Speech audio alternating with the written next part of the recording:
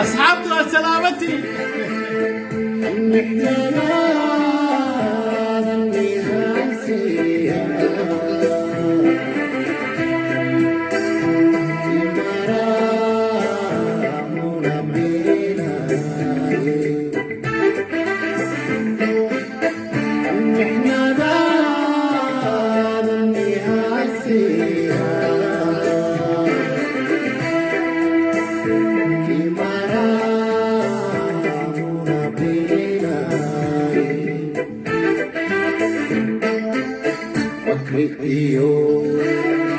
مضحكك وفيني الشهوة صوتي مكريو مضحكك ما أنت أصحابنا وحناينا 1994 goortii aan soo galay dalkan aan deganahay ee Holland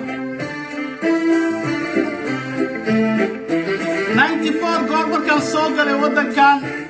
waad garanaysaan qofka markuu oo qaxooti yahay interview baa la geliyaa interviewgaaseeti marnaba ma iloobin mana iloobin doono su'aashii ugu koreysay oo la weydiiyo waxay ahayd sababta aad u timid dalkani maxay tahay oo aad ugu soo tagtay dalkaadigana sababta aad u timid dalkan oo aad ugu soo tagtay dalkaaga maxay tahay waxaan ku idhi nabadgelyo nabad la'aani iyo nolol la'aani aawadeed waana run balse maanta waxaan ku faraxsanahay in jawaabtaas waagaa aan baxshay inaynu dhinac dhignay oo dalkeennii hooyo oo uu ka jiro nabad iyo nolol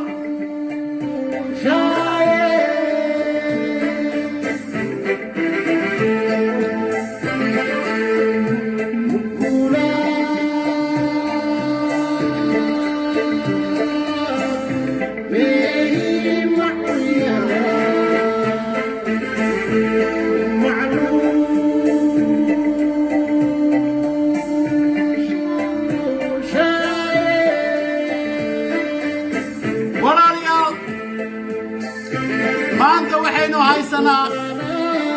nabad iyo nolol dalkeennii hooyo waxaa ka jira nabad iyo nolol nabaddaa iyo noloshaa waa in aynu adkaynaa oo aynaanan mar dambe aanan isku burburinin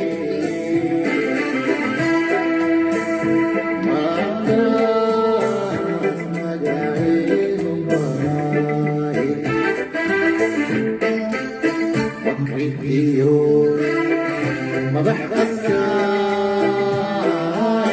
وفيني الشهوة صوتي مكريو مضحكك وفيني